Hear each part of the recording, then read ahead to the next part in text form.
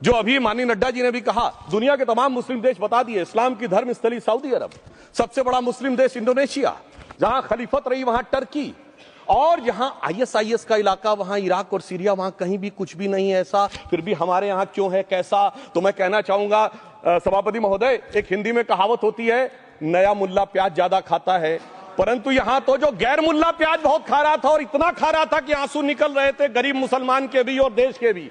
इसलिए मैं कहना चाहता हूं सभापति महोदय, अगर छोड़ दीजिए भारत की बात करिए, तो क्या ऐसी कोई शक्ति सिखों के पास है, ईसाइयों के पास है, यहूदियों के पास है, पारसियों के पास है? नहीं है। छोड़ दीजिए, इस्लाम के अंदर आइए। अगर इतना भाईचारा है तो ये सुन्नी वक्फ बोर्ड और शिया वक्फ बोर्ड अलग क्यों है मेरे भाई? जमीन पे एक दूसरे पे एतबार नहीं है, सिर्फ सियासत के लिए साथ में आने की बात है। ये भी जरा सोचने की बात है। और जो अकलियतों में भी अकलियत है, आगा खानी है, बाकी है, जो बोहरा है, उनकी तो कोई गिनती नहीं है। हमारी सरकार ने पहली बार मुस्लिम समाज के अंदर भी ईमानदारी से सबको समान प्रतिनिधित्व देते हुए एक नई सुबह के नए वक्फ का आगाज किया है। इसके लिए मैं सरकार को बधाई देना चाहता हूं। और सिर्फ ऐसा ही नहीं है, मुस्लिम समाज के अनेक लोग इस प्रकार के नियमों से बहुत प्रभावित हुए और बहुत प्रताड़ित हुए, जिसके अनेक उदाहरण बहुत लोगों ने बताए होंगे। मोहम्मडन एजुकेशन सोसाइटी कोल्हापुर का केस है, ईदगाह मैदान हुबली का केस है, जिसको सुप्रीम कोर्ट ने साफ साफ उसको हुबली धारवाड़ म्युनिसिपल कॉर्पोरेशन को वापस कर दिया। अनीसा अयासा वर्सेस तमिलनाडु वक्फ बोर्ड का केस है, तेलंगाना स्टेट वर्सेस मोहम्मद मुजफ्फर का केस है, हिमाचल प्रदेश वक्फ बोर्ड वर्सेस ख्वाजा खलीलुल्लाह का केस है, और सभापति महोदय ताजमहल पर भी दावा कर दिया गया। अब तो मैं पूछना चाहता हूं, और सुप्रीम कोर्ट ने अपने जजमेंट में कहा कि भाई शाहजहां के जमाने का लिखा फरमान लेके आइए, तब हम मानेंगे कि इस पे कोई दावा है या नहीं। आप सोचिए कि अगर ये वक्त का कानून इसी ढंग से चला होता तो क्या होता। अभी हमारे जॉन ब्रिटास जी और मनोज झा जी ने बहुत सारी बातें बोली थी। एक प्यास की बात बोली थी उन्होंने, उड़ीसा के ग्राहम स्टोन्स का जिक्र किया था, तो उसमें तो कांग्रेस की सरकार सीबीआई की इंक्वायरी नहीं कर पाई थी। मगर जब ताजमहल का उल्लेख आता है सभापति महोदय, तो एक प्यास मुझे याद आ जाती है। जब शाहजहां जेल में था और दूर से उस ताजमहल को देखता था और उसे सिर्फ एक सुराही पानी मिलता था, और उसने औरंगजेब से कहा एक सुराही पानी और भिजवा दो, तो जानते उसने मना कर दिया। तो दुखी होकर शाहजहां ने फारसी में लिखा, ए पिसर तू अजब मुसलमानी, जे पिदरे जिंदा आप तरसानी, आफरीन हिंदुआन सदबार, जे देहंद पिदरावा मुर्दा देवम आप। मतलब तू कैसा मुसलमान है जो जिंदा बाप को पानी के लिए तरसा रहा है? तुझसे तो आफरीन 100 बार उन हिंदुओं को है जो पितृपक्ष में मरे हुए बाप को भी पानी देते हैं। और सभापति महोदय, मैं बताना चाहता हूं कि ये हमने ईमानदारी से मुस्लिम समाज के कल्याण के लिए बात की है, क्योंकि एक तरफ खड़ा हुआ है ईमानदार मुसलमान जो शराफत के साथ ईमान को गले से लगाए हुए हैं, और दूसरी तरफ कुछ चंद सरमाएदार हैं जो उस अमानत में खयानत करके शरारत के साथ उसके झंडा बरदार बनना चाहते हैं। तो ये मुकाबला किसके बीच में है? ये शराफत अली और शरारत खान के बीच में मुकाबला है। हमारी सरकार शराफत अली के साथ खड़ी है, हमारी गरीब मुस्लिम के साथ खड़ी है। ये गरीबों गुर्बत वाले गुर्बत अली और सरमाएदार वाले गाजी खान के बीच का इलाका है। मगर मैं कहना चाहता हूं महोदय, एक बात मैं बहुत स्पष्ट रूप से कहना चाहूंगा, इन जरूरतमंद मुसलमानों की लड़ाई के लिए मैं कह सकता हूं कि ये गरीब मुसलमानों के दिल की कसक और कट्टरपंथी वोट के ठेकेदारों के मन की ठसक के बीच में हमारी सरकार ने उस कसक का साथ दिया है, जिसके लिए मैं मानता हूं गरीब और पसमानदा मुसलमान निश्चित रूप से उनका आभारी होगा। हाँ, मगर जब इसकी बात आती तो भी माननीय खड़गे जी भी बोल रहे थे, माननीय संजय सिंह जी भी बोल रहे थे, मनोज झा जी भी बोल रहे थे कि साहब आपके यहाँ वो कितने पुजारी हैं और कितने किस वर्ग के पुजारी हैं। तो मैं उनको बताना चाहता हूं, केवल अकेले जूना अखाड़े ने पिछले साल 71 SC ST लोगों को महामंडलेश्वर बनाया। अरे आपको हमारे सदन में बैठे हुए बाल योगी उमेश नाथ जी नहीं दिखते? वैसे तो कहा जाता है जात ना पूछो साधु की, मगर मैं बताना चाहता हूं विश्व हिंदू परिषद के 50,000 से अधिक पुजारी ट्राइबल्स में जो शेड्यूल कास्ट है जो काम कर रहे हैं। मगर मैं हद अदब से पूछना चाहता हूं, बताइए मुल्ला मौलवी मुफ्ती मुकर्रम बारी हाफिज में से कितने पसमंदा हैं? उसमें कितने जुलाहा अंसारी घोसी बताइए मिरासी कितने हैं? बाकी छोड़िए, पसंदला बोर्ड में है क्या? अरे वक्फ बोर्ड में है क्या? इसीलिए मैं कहता हूं खुद मियां फजीहत दूसरों को नसीहत। अगर ईमानदारी से बात करनी है तो उस पर आगे। मगर मैं एक बात और कहना चाहूंगा कि हमारी जो सरकार ने नाम दिया है इसको उम्मीद नाम दिया है, और ये उम्मीद है किसके लिए? उस ईमानदार मुसलमान के लिए और देश के हर खास व आम के लिए ये उम्मीद है। मगर सभापति महोदय, कुछ लोग वो हैं जो उम्मा का ख्वाब पाले हुए थे। उम्मा शायद हमारे बहुत से लोग समझते हो ना समझते हो, पूरी एक एंटायर जो इस्लामिक खलीफत और राज होता है उसको उम्मा कहते हैं। उम्मीद वालों को तो उम्मीद की नई रोशनी दिख रही है, उम्मा वालों की उम्मीद पे पानी फिर रहा है। तो ये उम्मीद और उम्मा के बीच का भी मामला है। परंतु मैं ये भी कहना चाहूंगा सभापति महोदय, इसके बाद सिर्फ ऐसा ही नहीं था, प्रॉपर्टीज के ऊपर, तमाम सरकारी प्रॉपर्टीज पे, जिसमें बहुत डिटेल में हमारे साथी लोग गए, मैं डिटेल में नहीं जाना चाहता। भोपाल का विषय, हैदराबाद का विषय, मुंबई का है, लखनऊ का है, पटना का है, बहुत प्रकार से है। माननीय लालू प्रसाद यादव जी का विषय जब बताया गया था तो बहुत ज्यादा हमारे मनोज झा जी बोल रहे थे, तो अब मैं उसके डिटेल में नहीं जाना चाहता हूं। सबने वो वीडियो देखा है। बस एक लाइन में उनके लिए कहना चाहूंगा, वो कुछ भी बोल रहे हैं, जिसे कहते हैं बिगड़ी बात बने नहीं, लाख करो किनकोए, रहीमन बिगड़े दूध को मथे न माखन होए। अब जो बोलना था वो बोल चुके, सबके सामने वो आ चुका। अब एक बात और है, दूसरे धर्म स्थलों के बारे में विषय आता है, तो मैं याद दिलाना चाहता हूं, केरला के कैथोलिक चर्च ने 31 मार्च 2025 को जो लिखा, सिर्फ उसकी लास्ट की 2 लाइन बोलना चाहता हूं। We request the central government to get the amendment bill passed as early as possible so that the tears of thousands of suffering people in the place like Munambam can be wiped out only by a legal amendment that can provide a permanent solution to their suffering. We urge all the MPs from opposition party to support the bill so that the historic legislation can become unanimous. मगर सभापति महोदय, ये अल्पसंख्यकों की बात करने वाले जब अल्पसंख्यक की बात आती तराजू पे तोलते हैं, किसका वेट ज्यादा है, किसकी धमक ज्यादा है, किसकी खनक ज्यादा है, फिर तय करते हैं कि माइनॉरिटी के साथ आना है, किस माइनॉरिटी के साथ नहीं आना है। और मैं एक और बात कहना चाहता हूं, तमिलनाडु के तिरुचेरी मंदिर की बात आई, यमुनानगर में गुरुद्वारे की बात आई, केरल में क्रिश्चियन कम्युनिटी की जमीन की बात आई। बहुत सारे लोग प्लेसेस ऑफ वर्शिप के एक्ट की बात करते हैं, तो as per places of worship act Tamil Nadu का मंदिर का तो स्टेटस नहीं चेंज हो सकता भाई। 15 अगस्त 47 के बाद किसी प्लेस ऑफ वर्शिप का स्टेटस नहीं चेंज हो सकता, तो वक्फ बोर्ड को क्लेम फॉरफिट कर देना चाहिए, because it is in contrast to the places of worship act. परंतु अब सुनिए, यही गुरुद्वारे के बारे में भी होना चाहिए। मगर सभापति महोदय, चाहे वक्फ बोर्ड का एक्ट हो, चाहे प्लेसेस ऑफ वर्शिप एक्ट हो, एक ही को फायदा होना है, जिसे कहावत में कहते हैं, खरबूजा छुरी पर गिरे या छुरी खरबूजे पे गिरे, आखिर में कटना भगवे रंग के खरबूजे को ही होता है। अब मैं यह भी बताना चाहता हूं कि इन संपत्तियों के द्वारा जो कुछ हुआ, उन्होंने इतनी चीजों को लिया है, इतनी चीजों को लिया है। एक पुराना उर्दू का शेर है कि मिटे नामियों के निशान कैसे कैसे, और ये जमीन खा गई आसमां कैसे कैसे। इस जमीन ने कैसे कैसे लोगों को अपने में समा लिया, इसकी तमाम तारीख गवाह है। अगर मैं इसमें बहुत डिटेल में जाऊंगा तो सदन का बहुत सारा वक्त जाएगा, परंतु मैं एक बात ये कहना चाहता हूं कि जब इतना ज्यादा आगे बढ़ गया तो फिर कोर्ट ने आगे इंटरवेंशन करना शुरू किया। मैं डिटेल में नहीं जाना चाहता हूं। अभी कार्तिकेय शर्मा जी ने, बहुतों ने बोला सैयद फसल का case versus union of government, Allahabad high court के केस को कहा, मगर Bashir versus state of west Bengal case में उन्होंने बहुत क्लियर कट कहा है कि waqf is not a religious denomination in accordance with the Article 26 of the Constitution, so the matter relating to the restricting the economic, financial, political and other sector activities that may be associated with religious practice under Article 25(2)(a) of the Constitution can be regulated by the state. तो मुझे लगता है अब इसके बाद कोई किंतु परंतु का स्कोप नहीं रह जाना चाहिए। परंतु उसके बाद भी सभापति महोदय, जो कानून को न माने, जो कहे संविधान को नहीं मानेंगे, और जो ये कहे कि साहब अदालत के आदेश को भी नहीं मानेंगे, तो फिर इसका मतलब उसके मन में तो एक ऐसी बादशाही आ गई है। इसके लिए मुझे सभापति महोदय, वो पुरानी वाली फिल्म अगर लोगों को याद हो तो मुगले आजम का वो सीन याद आता है कि जब अकबर ने अनारकली को कैद कर लिया तो सलीम कहता है, जब्त मैं करूं जिसकी की जमीन वीरान हो गई है, जब्त वो न करे जिनके सिर्फ शौक के बाद चाहत को ठेस पहुंची है। ये जिल्ले इलाही की बादशाही नहीं बल्कि खुदाई है। मैं कहना चाहता हूं, जो संविधान को न माने, कानून का न माने, इसका मतलब वो अपनी खुदाई में जी रहा है। तो ये वो लोग हैं।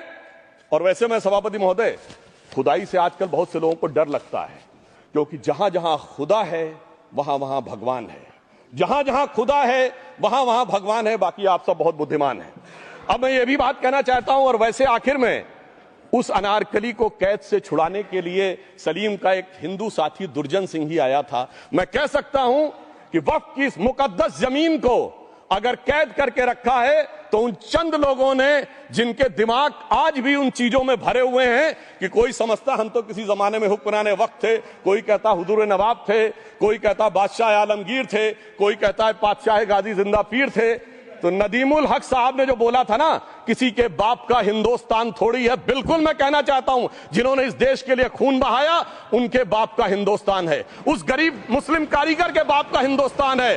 पर जो ये कहते हैं कि आगरे का लाल किला किसके बाप ने बनवाया, आगरे का किला किसके बाप ने बनवाया, दिल्ली का किला किसके बाप ने बनवाया, हैदराबाद का चार मीनार किसके बाप ने बनवाया, उसके बाप का यह हिंदुस्तान नहीं है। और उसके बाद भी जो आप करना चाहते हैं, अगर इस रास्ते में आप कांटे बिछाना चाहते हैं, तो उनके लिए एक लाइन कहना चाहता हूं, सभापति महोदय, तेरी तमन्ना है पर हम खार न बोने देंगे, खार कांटों को कहते हैं, तेरी तमन्ना है पर हम खार न बोने देंगे, तुझे हम राह की दीवार न होने देंगे, तू सबको रौंद कर आगे जो निकलना चाहे हम तेरी इतनी भी रफ्तार न होने देंगे। और इसीलिए हमारी सरकार ने इस विषय के ऊपर एक सही और सटीक प्रयोग करने का प्रयास किया है। मैं दूसरी बात यह भी बताना चाहता हूं, हमारे डीएमके के तिरुचि शिवाजी ने अनायास अकारण यह बात बोली थी कि उस समय जब जिन्ना का उल्लेख करते हुए उन्होंने कहा कि पार्टीशन के समय, तो मैं उनके सुलभ संज्ञान के लिए बता देता हूं, 1946 की कॉन्स्टिट्यूएंट असेंबली में मद्रास प्रेसिडेंसी में 30 आउट ऑफ 30 सीट जो थी वो मुस्लिम लीग ने जीती थी विद 95% ऑफ वोट्स, और एक भी मुस्लिम वहां के बाद बाहर नहीं गया। इसलिए मैं ईमानदारी से कहना चाहता हूं, फैक्ट को समझिए। और जो मद्रास प्रेसिडेंसी के मुस्लिम लीग के अध्यक्ष थे और पीजे पोकर साहब बहादुर और मोहम्मद इस्माइल, वही बाद में इंडियन यूनियन मुस्लिम लीग के अध्यक्ष बने, और उन्होंने 28 अगस्त 1947 को सेपरेट इलेक्टोरेट मांगे, जो कोई जाके कॉन्स्टिट्यूएंट असेंबली की डिबेट में पार्लियामेंट किया, आप वेबसाइट पे पेज नंबर 270 पे जाके पढ़ लीजिएगा। सरदार पटेल ने बड़े गुस्से में इस बात को कहा, अब जो हो गया सो हो गया, एक रात में दिल नहीं बदल गया, मगर अब देश के लिए कैसे आगे बढ़ना है उसके लिए ईमानदारी से आगे आओ। और खैर मैं अंबेडकर जी और पटेल जी के बहुत सारे वो कोट कर सकता हूं, सारी बातों को छोड़िए, मगर अफसोस की बात यह है सर कि अभी मनोज झा जी ने बोला था हम में से कोई शक है, कोई हूण है और ये करिए। अरे भैया जमाने चले गए, अब जेनेटिक सीक्वेंसिंग का जमाना आ गया है, और जेनेटिक सीक्वेंसिंग ने क्या प्रूव किया है, दुनिया के सबसे बड़े मुस्लिम देश इंडोनेशिया के राष्ट्रपति आए थे और राष्ट्रपति भवन में उन्होंने डिनर के दौरान कहा कि few weeks back I got my genetic sequencing done and I was told that I am an Indian GDNA. अरे साहब कहां गुलामी की मानसिकता में पड़े हुए हैं सभापति महोदय। और यहां गुलामी की मानसिकता इस कदर पैबस्त है लोगों के दिमागों में, किसी सदन के एक सदस्य यहां विराजमान है, वो उस समय महाराणा सांगा का उल्लेख कर दिए। मैं ईमानदारी से कहता हूं एक भी इंडियन सोर्स में इसका उल्लेख नहीं है, सारे के सारे फॉरेनर्स और लुटेरों के सोर्स में उल्लेख है। इसीलिए मैं कहता हूं ये गुलामी के जिन्होंने गुलाम बनाया उनके सोर्सेस पे यकीन ना करिए। और वैसे थोड़ा सा आउट ऑफ कॉन्टेक्स्ट हो तो ये भी बोल दूं, हमारे सदन के बहुत सदस्यों को नहीं पता होगा, अलेक्जेंडर के आक्रमण का किसी भारतीय सोर्स में कोई उल्लेख नहीं है, पोरस नाम के किसी राजा का उल्लेख नहीं है, सिर्फ और सिर्फ ग्रीक में है। इसलिए गुलामी की मानसिकता से बाहर निकलिए, तब इन चीजों को आप सही ढंग से समझने में सफल होंगे। मेरा अब यह भी अनुरोध अपने सदस्यों के साथ है। वक्त की अवधारणा के बारे में बहुत कुछ बोला जा चुका है कि ये ओरिजिनली कहां से आया, पर मैं इतना कहना चाहूंगा, सबसे पहले वक्त का उल्लेख आता है जब ससनिड एम्पायर को खलीफा उमर ने कैप्चर किया, तो आज का जो सदन इराक है उसके इलाके को उन्होंने वक्फ डिक्लेयर किया और वो स्टेट के द्वारा कंट्रोल होता था। स्टेट के बारे में माननीय नड्डा जी ने अभी बताया कि बड़े बड़े देशों में किस ढंग से होता था। सर सैयद अहमद खान ने भी वक्फ को मूल इस्लाम का हिस्सा न मानते हुए इसके लिए मुजार शब्द कहा है जो शरिया के अंतर्गत आता है, और इसी के लिए उन्होंने फतवा आलमगीरी को भी कोट किया था। और इसीलिए 1894 की जो प्रिवी काउंसिल का जजमेंट जो आया था वो वक्फ अल औलाद के खिलाफ आया था। मगर सभापति महोदय 1906 में कलकत्ता कांग्रेस अधिवेशन में कांग्रेस ने प्रस्ताव पारित किया कि प्रिवी काउंसिल के जजमेंट में कुछ गलती है, इसे बदलना चाहिए, क्योंकि 1904 में जिन्ना कांग्रेस को ज्वाइन कर चुके थे। इसलिए मैं कहना चाहता हूं फिर 1913 में वो जजमेंट बदला गया। हमारे सदन के बहुत से सदस्यों ने इस सदन और दूसरे सदन में बोला है, मैं एक सेंटेंस बोलता हूं लगेगा जैसे वही लोग बोल रहे हैं। वर्ड ये है, कोट है, since the bill was introduced to administer the Muslim law for Mussalmans so the question of public policy does not arise. लगता है जैसे हमारे कोई सदस्यों में बोल रहा हूं। सर ये मोहम्मद अली जिन्ना ने अप्रैल 1913 में ही used this word while moving the report of the select committee to the imperial legislative council. Sir 1913 से 2013 तक भाषा ही नहीं बदली, और आज भी भाषा नहीं बदल रही है। हमें ईमानदारी से, और उस समय यूपी और बंगाल ने उसका विरोध किया था, आज यूपी और बंगाल के लोग किस तरीके से साथ में है वो पूरी तरीके से दिखाई पड़ता है। इसलिए हम ये कहना चाहते हैं, हाँ एक प्रश्न बहुत उठाया जाता है कि केवल मुस्लिम ही वक्फ को क्यों दान दे सकता, ऐसा वक्फ बोर्ड में क्यों संशोधन किया गया। मैं ईमानदारी से कहना चाहता हूं, ऐसा नहीं कि मैं इस्लामिक मामलों का बहुत बड़ा आलिम फाजिल जानकार हूं, मगर इस्लाम में बहुत साफ मान्यता है कि जो गैर मुस्लिम है उसकी इबादत अल्लाह कबूल नहीं कर सकते। उसकी दुआ कबूल नहीं होगी तो दान कैसे कबूल होगा? साहब, हम इस्लामिक भावना का सम्मान कर रहे हैं। हमारे अल्पसंख्यक मंत्री गए थे तो वो मदीना में डेफिनेट लेवल तक जा सकते, उसके आगे नहीं जा सकते। अगर इबादत की इजाजत नहीं है तो साहब जायदाद की इजाजत कैसे हो सकती है? मुस्लिम भावना का सम्मान है, और अगर है तो कोई मुल्ला मौलवी मुफ्ती मुकर्रम बारी आज आके बता दे कि कबूल हो सकती है दुआ, तो हम दान भी कबूल करने के लिए तैयार हैं। और तो और छोड़िए साहब, जब आप कहते हैं कि हर चीज हलाल होनी चाहिए, तो साहब हलाल करने की प्रक्रिया नहीं, हलाल करने वाला भी मुस्लिम होना चाहिए, तब वो हलाल होता था। तो मैं पूछना चाहता हूं साहब, काटने के लिए तो हलाल होने के लिए मुस्लिम जरूरी है, और बांटने के लिए बगैर मुस्लिम के भी हलाल होगा? ऐसा तो नहीं हो सकता। तो जो हमारी सरकार ने किया है वो मुस्लिम भावना के सम्मान के लिए किया है। और जहां तक मैं कहना चाहूंगा, हिंदू समाज के बारे में बात करते हैं, हमारे यहां कोई प्रॉब्लम नहीं है। हमारे यहां कोई ऐसा नहीं कि हज पे कोई गैर मुस्लिम नहीं जा सकता। हमारे देखिए कुंभ में 50 लाख विदेशी आए थे और किसी से नहीं कहा या कन्वर्ट हो जाओ। इसलिए मैं कहना चाहता हूं, हिंदुइज्म की धारणा और बाकी धारणा का जो तुलना करने का प्रयास करते हैं वो बहुत उचित नहीं है। मगर सभापति महोदय, इस वक्त ने कई अद्भुत नजारे दिखाए।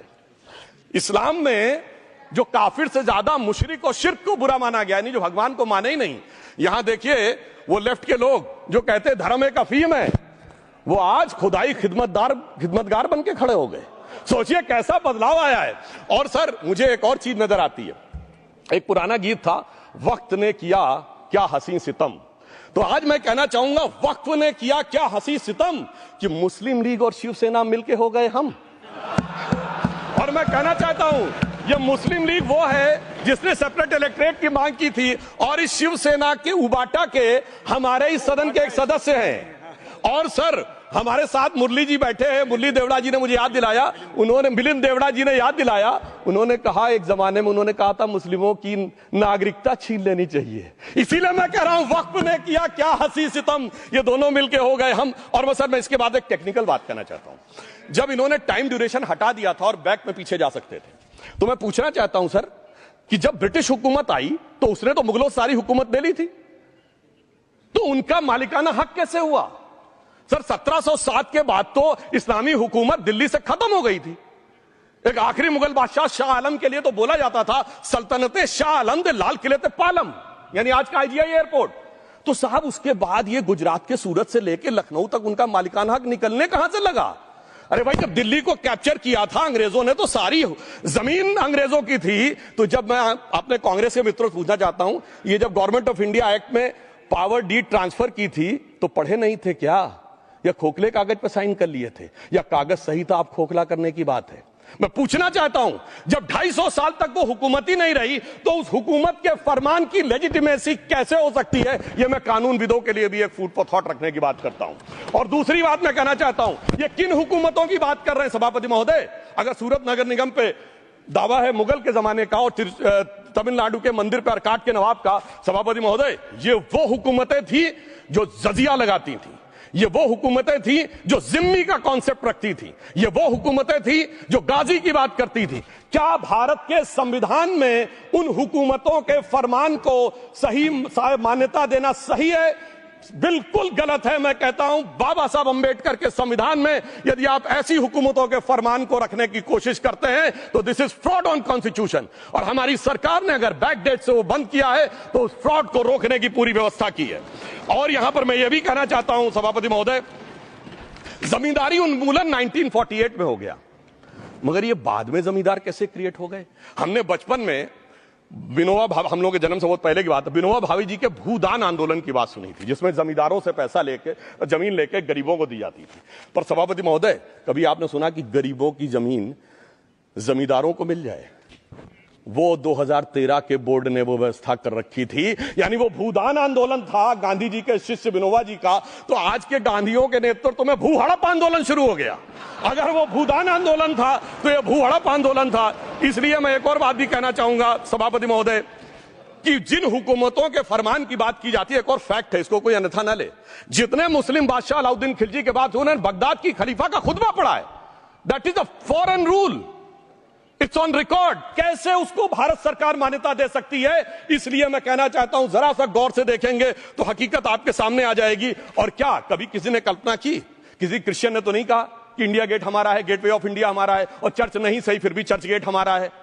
तो फिर ये केवल किसी एक के दिमाग में क्यों आती है? हमने जो इवैक्यू एक्ट के तहत दे दिया था पाकिस्तान के गए लोगों को, क्या हमारे जो सिख और हिंदू भाई आए थे उनकी जमीनें मिली?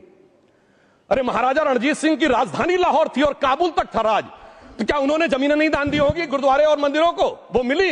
अरे वो तो छोड़िए, ननकाना साहब और करतारपुर साहब तक नहीं मिला था।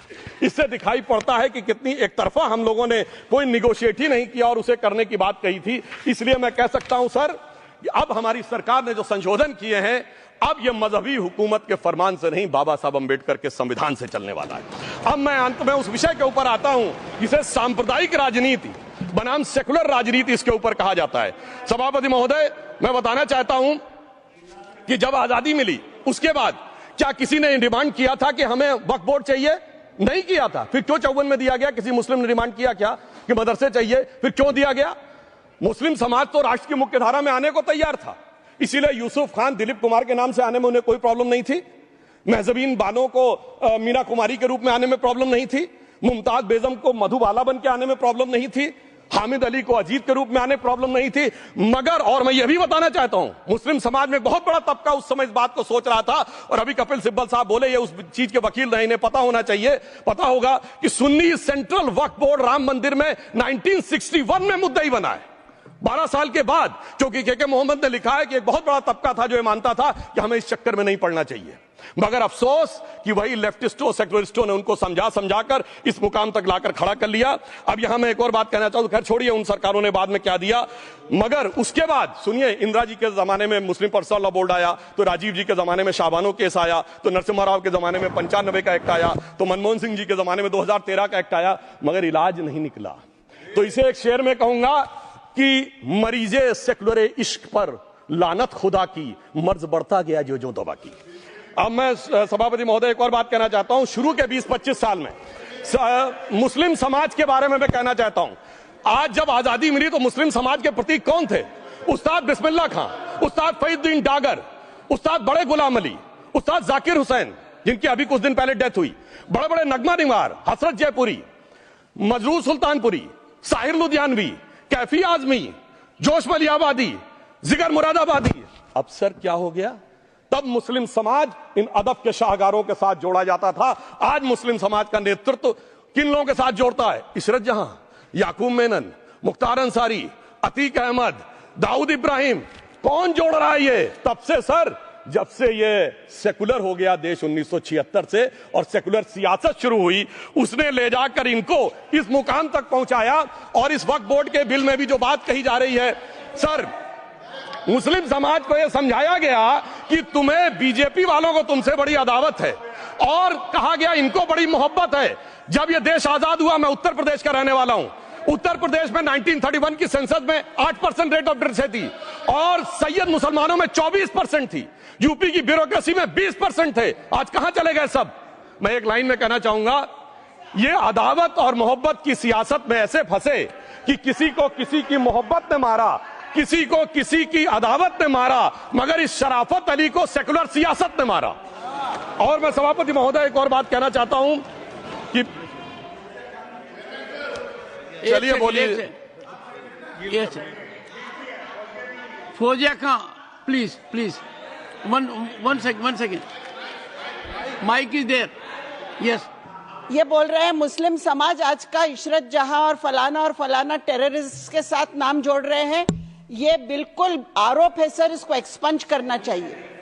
ये समाज के साथ अन्याय है। ये बात आपको एक्सपंज करना होगा सर, ये बात को। एक honourable member, if you would carefully go through what Sudhanshu has said, I am sure you will appreciate his spirit. Just think for a moment. He has not cast any aspersions. Sudhanshu, go ahead. Time में जवाब दूंगा और उसके बाद ये हमारा सदन माने ना माने, जो देख रहे होंगे उनके लिए कहना चाहता हूं sir, doctor APJ Abdul Kalam.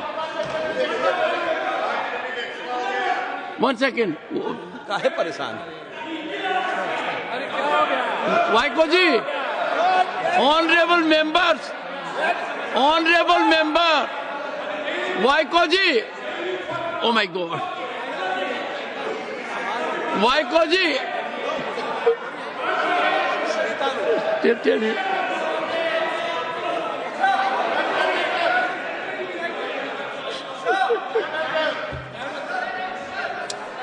Honorable SM.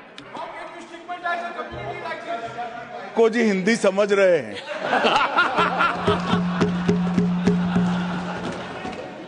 One second. Fauziya Khan. One second. First, I think. One second. Sir क्या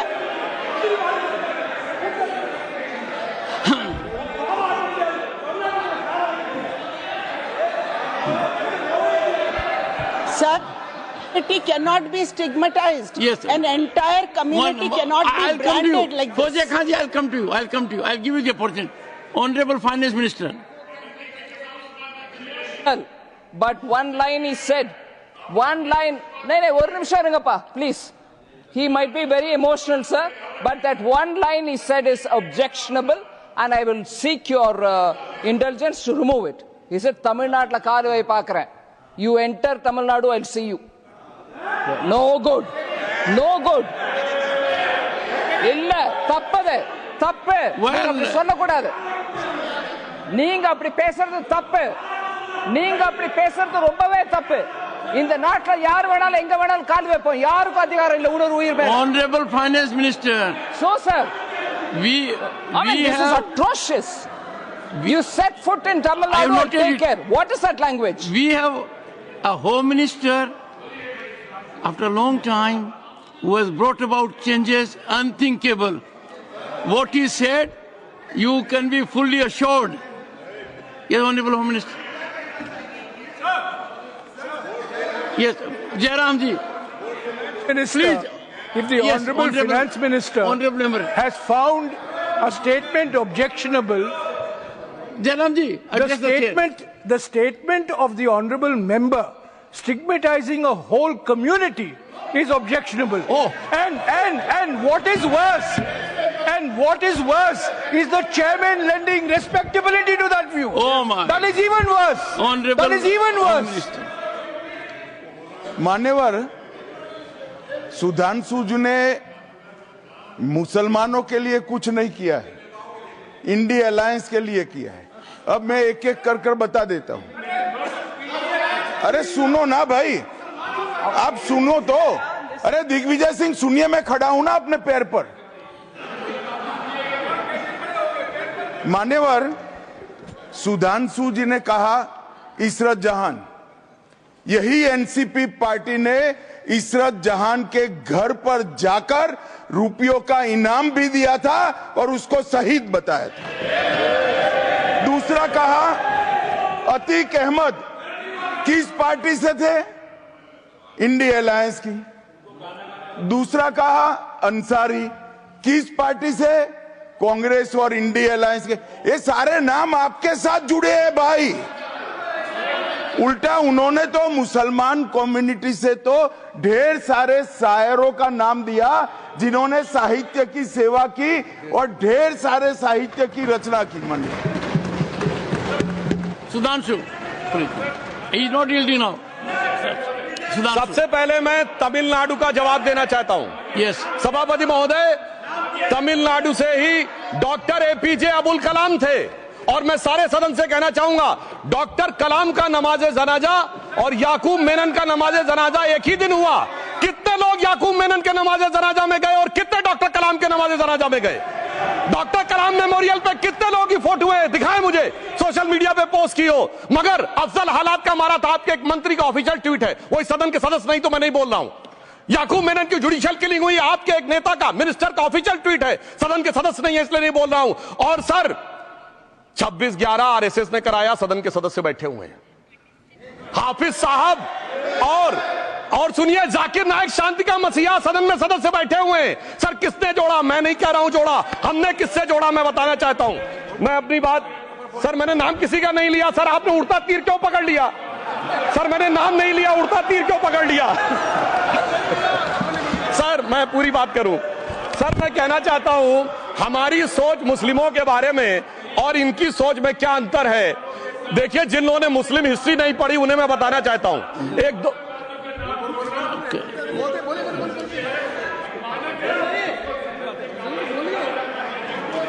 सभापति महोदय, मैं थोड़ा उन लोगों को इस्लामिक हिस्ट्री के बारे में बताना चाहता हूं। Honourable Digvijaya Singh, please, no, I'll give a chance. I'll give. माननीय सदस्य, ऑनरेबल दिग्विजय सिंह जी। माननीय सभापति महोदय, जो माननीय सदस्य ने बात कही है, मैं सुन रहा था डॉक्टर त्रिवेदी जी की बात। उन्होंने कहा था ऐसे ऐसे ऐसे मुसलमान हम लोगों के साथ हैं और वैसे वैसे मुसलमान इन लोगों के साथ हैं। बात यह है कि आपने जिस तरह से इस पूरी बात कही है, ये घोर आपत्तिजनक है, अपमानित करती है, और जो माननीय सदस्य ने भी मेरे बारे में भी कहा है, मैं उनकी निंदा करता हूं। Honourable home minister, honourable home minister, honourable home minister, एक second. Okay, one second, your mike will be on. जी महोदय, मुझे ये सब कहने की जरूरत नहीं है, लेकिन जो गुजरात में दंगे और फसाद हुए, कौन कौन उसके लिए जिम्मेदार थे, बताइए। Honourable home minister.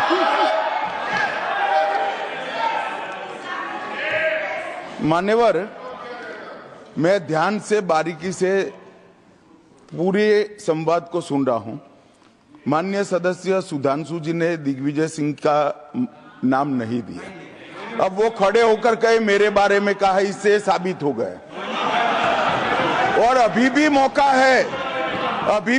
है, आपने नहीं कहा है कि 26/11 के हमले में आरएसएस का हाथ था, तो अभी खड़े होकर माइक चालू कराकर बुलवा दीजिए। माननीय, और आपत्तिजनक बात है, मैंने ये बात कभी नहीं कही है, ये आप लोगों का प्रचार है। मेरी आपत्ति इस बात की थी कि सभी माननीय सदस्य ने और बात कही है कि अब हमारे तरफ ऐसे ऐसे मुसलमान थे और वैसे वैसे मुसलमान हम लोग की तरफ थे। ये पूरे समाज के साथ, पूरे अल्पसंख्यक समाज के साथ अपमानजनक बात है। और माननीय सभापति महोदय, आप बताइए, माननीय गृह मंत्री जी, आप वहां पर थे, गृह मंत्री थे जब दंगे हुए थे, तो आप लोगों का क्या रोल था, ये जन जाएगा। होम मिनिस्टर, इनको मेरा हुआ ऐसा है कि मैं ही दिखाई पड़ता हूं। आपकी सुनिए, अब सुनिए ना दिग्विजय सिंह, सुनिए, 1 मिनट सुनिए। दंगे शांत होने के बाद 18 महीने के बाद मैं गृह मंत्री बना। दंगा हुआ तब मैं गृह मंत्री नहीं था। सुधांशु त्रिवेदी, संदर्भ में किसी का नाम नहीं लिया। अजीज बर्नी की किताब थी 2611 एंड आरएसएस कॉन्स्पिरेसी, कोई जाके चेक कर ले उसमें कौन कौन कहां कहां था। अब मैं मुसलमानों के बारे में कहना चाहता हूं, मुस्लिम समाज के लिए। बहुत से लोग ऐसे हैं जिनको मुस्लिम समाज की हिस्ट्री नहीं पता है। मैं बताना चाहता हूं, भारत से जब न्यूमेरिक सिस्टम सबसे पहले गया तो अल जहार थे सबसे पहले, जिन्होंने जाके 1793 में जो सूर्य सिद्धांत था उसका अरबी में ट्रांसलेशन हुआ सिंध हिंद। और हम बता रहे हैं हम किस तरह के मुस्लिम को साथ रखते हैं। डॉक्टर कलाम से बड़ा आलिम इस्लाम में साइंसदान नहीं हुआ, और आरिफ मोहम्मद खान साहब जो बिहार के गवर्नर हैं, उनसे बड़ा आलिम फाजिल मुसलमान आज सियासी जमात में तो नहीं होगा, यह मैं दावे के साथ कह सकता हूं। मगर मैं बताना चाहता हूं सर, उसके बाद उन्होंने एक किताब लिखी, एक सर 10th सेंचुरी के मुस्लिम राइटर थे जिन्होंने किताब लिखी, उसका नाम था the compendious book of balancing and completion according to Hindu calculation, जिसको शॉर्ट में अल जब्र कहा गया, और वहां से अलजबरा निकला। और सर उसके बाद अल ख्वारिज्म आया। और सर आज मेरे ख्याल से सदन के बहुत से लोगों को नहीं पता होगा, ये जो एल्गोरिथम वर्ड है ये अल ख्वारिज्म से आया हुआ है। एक जमाने में इस्लाम में बैतुल हिकमत था, यानी वो सबसे बड़ा हिकमत का केंद्र था। जब एक से एक लोग होते थे, बहुतों को नहीं पता होगा कि कोलंबस ने जिस नक्शे के थ्रू दुनिया ट्रेवल किया था, वो बनाने वाला भी एक मुस्लिम था, अल इदरीसी। मगर सर एल्गोरिथम आज ऐसा बदला कि एआई के एज में दलगत भावना से ऊपर उठकर औरंगजेब के साथ खड़े हो गए। सर ये एल्गोरिथम किसने बदल दिया, ये मैं बताना चाहता हूं। इस पे थोड़ा सोचने की जरूरत है। इसलिए मैं कहता हूं मुस्लिम पॉलिटिक्स की सोच क्या थी, हमने किन मुसलमानों का साथ दिया है, मैं बताना चाहता हूं। सर वीर अब्दुल हमीद की शहादत की 50वीं वर्षगांठ 2015 में हुई। प्रधानमंत्री मोदी जी ने उनके पूरे परिवार को और उनकी पत्नी को बुला के सम्मानित किया, और इन लोगों ने उस यासीन मलिक को जिसके ऊपर 3 एयरफोर्स के ऑफिसर्स को हत्या करने का आरोप था, वो प्रधानमंत्री आवास में। सर साफ दिखाई पड़ता है कौन किसके साथ खड़ा हुआ है, कौन किस तरह के मुसलमान के साथ खड़ा हुआ है। और सर मैं ये भी कहना चाहता हूं सर, ये पिछले सर अपने टर्न पे बोलिए सर, पिछले 30-35 सालों से हुआ खड़ा किया जा रहा है। 1990 में जब राम मंदिर आंदोलन हुआ, कहा गया बीजेपी आएगी उत्तर प्रदेश में खा जाएगी। सर बीजेपी आने के बाद उत्तर प्रदेश में जानते क्या हुआ सर? 22 साल से शिया सुन्नी के बीच में जो दंगे चलते थे और मदे साबा का जुलूस नहीं निकलता था, शिया समुदाय का मदे साबा का जुलूस लखनऊ में हमारी सरकार में निकलना शुरू हुआ। और उसके बाद कहा गया केंद्र में भाजपा आएगी तो खा जाएगी। सर अटल जी की सरकार आई, इतनी शानदार स्थिति रही। उसके बाद कहा गया गुजरात में आएगी तो भाजपा खा जाएगी। सर गुजरात का मुसलमान आज सबसे समृद्ध मुसलमान है, सबसे ज्यादा जकात वहां से आता है। उसके बाद कहा गया मोदी जी की सरकार आएगी तो क्या होगा? सर मोदी जी की सरकार आने के बाद हमारे साथियों ने बताया है अल्पसंख्यक समुदाय के 70% लोग हैं जिनको किसी न किसी एक योजना का लाभ जरूर मिला है। और सर फिर कहा गया सीए आएगा तो नागरिकता छिन जाएगी। सर उसके बाद भी आपने सब देखा, और सर हम बचपन में सुनते थे कि राम मंदिर बनने लगेगा तो मिडिल ईस्ट के देश पेट्रोल देना बंद कर देंगे। सर राम मंदिर भी बन रहा है और भारत मिडिल ईस्ट कॉरिडोर भी बन रहा है और अबू धाबी में भी मंदिर बन रहा है और 4 मुस्लिम देशों ने सर्वोच्च नागरिक सम्मान मोदी जी को दिया हुआ है। इसलिए मैं कहना चाहता हूं सर, मर्ज हो तो उसका इलाज किया जा सकता है। जैसे हमारे यहां वैद धनवंतर माने गए हैं, इस्लामी अकीदे में वैद हकीम लुकमान माने गए, तो कहा गया है उनके लिए कि इसमें क्या रखा है, देखे है जो तू आन के पास, बदगुमा वहम की दारू नहीं लुकमान के पास। यानी मर्ज का इलाज है पर वहम का इलाज तो हकीम लुकमान भी नहीं कर सकते जो आपने पाल कर रखा है। मैं कहना चाहता हूं हम किन मुसलमानों की बात करते हैं? आप गंगा जमुनी तहजीब की बात करते हैं। सर दारा शिकोह औरंगजेब का बड़ा भाई था, उसने उपनिषदों का अध्ययन किया, संस्कृत में अनुवाद कराया और नाम रखा सिर्रा अकबर, यानी वर्ड्स ऑफ गॉड। मैंने किसी को दारा शिकोह की जयंती मनाते हुए नहीं देखा। मैं पूछना चाहता हूं बेगम बीबी ताज, उनके घर पे जाते किसी ने सुना? सर ये बताइए, आलम शेख इतने बड़े कृष्ण भक्त के कवि, किसी ने सुना उनके घर पे जाते हुए? मलिक मोहम्मद जायसी जिन्होंने पद्मावत लिखा, उत्तर प्रदेश के रहने वाले, उनके घर पे कोई गया? ये बताइए ब्रिगेडियर मोहम्मद उस्मान के घर पे कौन गया? आजमगढ़ में, गाजीपुर के रहने वाले थे, आज तक जाने वालों में नहीं दिखे। और मैं सर बताना चाहता हूं एक और बात, सर एक सैयद इब्राहिम रसखान हुए हैं, बहुत बड़े कृष्ण भक्त के कवि। सर जिन्होंने क्या लिखा, उन्होंने कहा मेरा अगला जन्म हो तो भी मैं कृष्ण भक्ति बनना चाहूंगा, मनुष्य बनूं तो ग्वाल बाले के रूप में और पशु बनूं तो गाय के रूप में। उन्होंने कहा मानुष हो तो वही रसखान, बसों ब्रज गोकुल गांव के ग्वारन, जो पशु हो तो कहा बस मेरो चरो नित नंद की धेनु मजारन। सर उन्होंने कहा गायों के बीच में नंद बाबा की गायों में जन्म लेना चाहूंगा। मगर सर आज एक ऐसे नेता आए हैं इस देश में जिनको गायों से बदबू आने लगी है, तो उनके लिए मुझे मेरे मन में भाव आता है सर कि श्री रामचंद्र कह गए सिया से, ऐसा कलयुग आएगा गोपालक श्री यदुवर कुल में एक ऐसा नेता आएगा जिसे बकरे कटने में खुशबू मिलेगी, गौ माता में बदबू पाएगा। रामचंद्र कह गए सिया से कैसा कलयुग आएगा। अब सर मैं एक और बात भी कहना चाहता हूं, हम किनको मानते हैं? सर नजीर अकबराबादी को सुनिए, कृष्ण भक्त के लिए क्या कहा। सर मैं एक बोलना चाहता हूं, बुल्ले शाह ने क्या कहा? बुल्ले शाह ने कहा, अभी होली गुजरी है, उसने कहा था आज होली खेलूंगी मैं, कर बिस्मिल्लाह। उन्होंने आगे कहा अलस्तु बिरबिकुम, प्रीतम बोले, सब सखियों ने घूंघट खोले, नाम नबी की रतन चढ़ी, सुनिएगा, नाम नबी की रतन चढ़ी और बूंद पड़ी अल्लाह अल्लाह, आज होली खेलूंगी मैं, कर बिस्मिल्लाह। तो मैं भी कहता हूं अब बिस्मिल्लाह करिए और उसके बाद हमारे इस सहयोग करिए, इस सकारात्मक उसका, वरना अल्हम्दुलिल्लाह जो हम मुसलमानों के लिए और देश के लिए करना चाहते हैं उसमें हमें सफलता जरूर मिलेगी।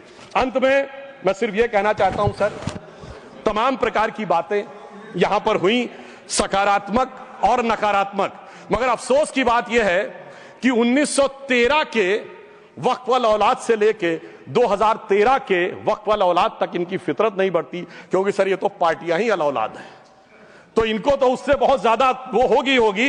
पर मैं सिर्फ अंत में कहना चाहता हूं सर, अपनी सोच बदलिए। आप जिस कश्ती पे सवार होकर इस दरिया को पार करने की कोशिश कर रहे हैं, पिछले 75 साल में नहीं कर पा रहे हैं, 10-12 साल में बहुत हिचकोले खा रहे हैं, तो कश्ती और रास्ता बदलिए। तो इनके लिए अंत में एक पंक्ति कहते हुए बात समाप्त करना चाहूंगा कि इन्होंने कश्ती भी नहीं बदली, दरिया भी नहीं बदला, पर इन डूबने वालों का जज्बा भी नहीं बदला, पर है शौक सफर ऐसा, एक उम्र हुई हमने, मंजिल भी नहीं पाई, रास्ता भी नहीं बदला। अब अगर नई मंजिल पानी है, नई मंजिल की नई सुबह देखनी है, तो मैं कहना चाहता हूं, आइए सबको साथ लेकर चलिए। और एक ऐसा वक्त आया है जब मैं जो हमारे किरण रिजिजू जी ने कहा था कि मैंने शम्मा जलाई हवाओं के खिलाफ, तो मैं प्रधानमंत्री मोदी जी की तरफ से कहता हूं कि हमें इल्जाम मत दीजिए, बहुत अफसोस होता है। हमें इल्जाम मत दीजिए, बहुत अफसोस होता है। बड़ी तरकीब से कश्ती यहां तक लेके आए हैं और बदल देते हैं हम दरिया की लहरें अपनी हिम्मत से। आंधियों में भी अक्सर चिराग हमने जलाए हैं। धन्यवाद।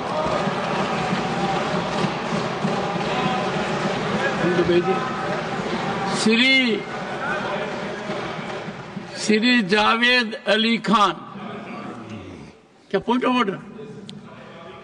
धन्यवाद सभापति जी। One second. Honourable member Tiruchi ji, under which rule? 261 sir है 261 rule 61 261 Yes, I am at rule 261. Sir, if the chairman is of opinion that a word or words as or have been used in debate which is or defamatory or indecent or unparliamentary or undignified, he may in his discretion order that such word or words may be expelled. Good. I know the rule. Sir, I was hearing the translation, sir, and he was telling about good intention Muslims and evil intention Muslims. Evil is an unparliamentary word, sir. Kindly explain it. While the Honorable Member Parliament, Sudhanshu Trivedi, has said enough on it, I reserve my order and you will have it tomorrow in detail on this point. Nini, I have reserved my order. I will go through every word and I do it quite tomorrow itself. Jairamji, tomorrow itself. Tomorrow itself. No, will tomorrow come? And I am surprised कि chairman becomes easy punching bag. आपने 2 बार पिछले 20 minute में कहा है, I am lending strength to this narrative. So you supported him? Yes. You supported him? I support, once again, I support everything which is good, everything which is constitutional, everything which we need to follow as decorum. And I have said so on number of occasions. There are occasions when I have supported you. Don't forget that I have supported you. That you are one of those members who regularly attend parliamentary proceedings. You are very well prepared on occasions. I appreciated your contribution when Disaster Management Act bill was introduced in 2011.